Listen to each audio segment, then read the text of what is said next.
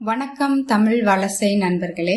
இன்று அருணகிரிநாதர் எழுதிய திருப்புகளின் முதல் பாடல் பார்க்கலாம்.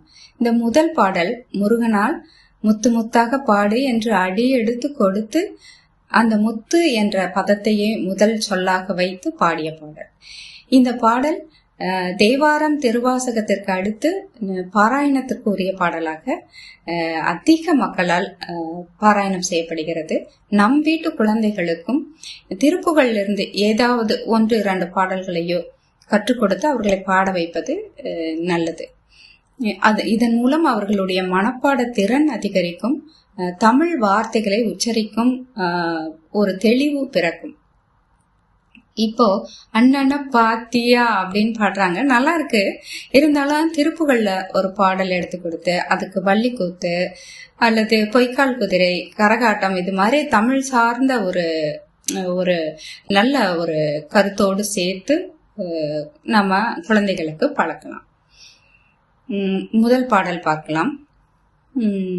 முத்தை தருபத்தி திருநகை அத்திக்கிரை சத்தி சரவண முத்திக்கொரு வித்து குருபர என ஓதும் முக்கட்பரமர்க்கு சுருதியில் முற்பட்டது கற்பி திருவரு 30 முவர்க்க தமரரும் அடிபேன 10 தலை தத்த கனைதொடு ஒத்தை கிரி மத்தை பொறுதொரு பட்ட பகல் வட்ட திகிரியில் இரவாக 10 கிரதத்தை கடவிய பச்சை புயல் மெச்ச தகு பொருள் பட்சத்தொடு ரட்சி தருள்வதும் ஒரு நாளே தித்தித்தைய ஒத்த பரிபுற நிறுத்த பதம் வைத்து பைரவி திக்கொட்க நடிக்க கழுகொடு கழுதாட திக்கு பரியட்ட பைரவ தொக்கு தொகு தொக்கு தொகு தொகு சித்திர பவுரிக்க திரிகடக என ஓத கொத்து பறை கொட்ட கலமிசை குக்கு குகு குக்கு குகு குகு குத்தி புதை புக்கு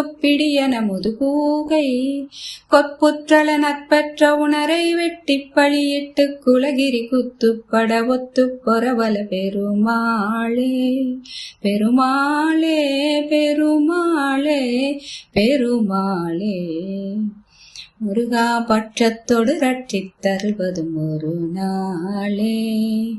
இது பாடல். இதனுடைய பொருள் பார்க்கலாம். முத்து போன்ற அழகிய வரிசையான பற்களை உடைய தேவசேனைக்கு இறைவா, சக்தி வேல் தாங்கிய சரவணனே, முக்திக்கு ஒரு குருவாகிய குருபரனே என்று உன்னை தினந்தோறும் வழிபடக்கூடிய எனக்கு அருள் புரிய வேண்டும். முக்கட்பரமனாகிய பரமனுக்கு, சிவனுக்கு ஆதியில் ஓம் என்ற பிரணவ மந்திரத்தின் பொருளை உரைத்தவனே, விஷ்ணுவும் பிரம்மனும் வணங்கத்தக்கவனே, 33 வகையான தேவர்களும் உன்னை அடிபணிந்து தொழுது வணங்கக்கூடியவனும் நீ ஒருவனே. அதற்கடுத்த பெருமைகளே முருகனுடைய பெருமைகளாகிய ராமாயணத்தில் வரக்கூடிய ராவணனுடைய 10 தலைகளையும் ஒரே அம்பினால் எய்தவனுமாகிய ராமனும் மெச்ச தகுந்தவனே. தேவர்களும் அசுரர்களும் பார்க்கடலை கடையும் போது அதற்கு மதுரமலையை மத்தாக கொண்டு கடையும் போது அதற்கு உதவிய விஷ்ணுவும் வணங்கத்தக்கவனே. அப்புறம் அர்ஜுனனுக்கு உதவி செய்வதற்காக மகாபாரதத்தில் கிருஷ்ணனாக வந்து ஜெயத்ரதனை அழிப்பதற்காக பகல் பொழுதை இரவாக மாற்றியவன், தன்னுடைய சக்கரத்தின் மூலம் பகல் பொழுதை மறைத்து இரவாக மாற்றியவனுமாகிய கிருஷ்ணன் மெச்சக்கூடியவனும் நீயே. அதே மகாபாரதத்திலே அர்ஜுனனுக்கு சாரதியாய் இருந்து அவனை வழிநடத்தக்கூடிய பெருமை மிக்கவனுமாகிய பச்சை மேகம் போன்ற இந்த விஷ்ணுவின் அவதாரங்களை எல்லாம் மிச்சக்கூடியவனுமாகிய முருகனே, நீ என்னை அன்போடு காத்து அருள் புரிய வேண்டும் என்று வேண்டிக் கொள்வதாக இருக்கிறது. அடுத்தது அவர் வர்ணிக்கக்கூடிய ஒன்று, மிக ஒரு அரிய காட்சி. அதாவது போர்க்கள காட்சி. போர்க்களத்தில் என்னென்ன இருக்கும்? பைரவி, அதாவது காளிய வணங்கிட்டு போருக்கு போவாங்க இல்லையா?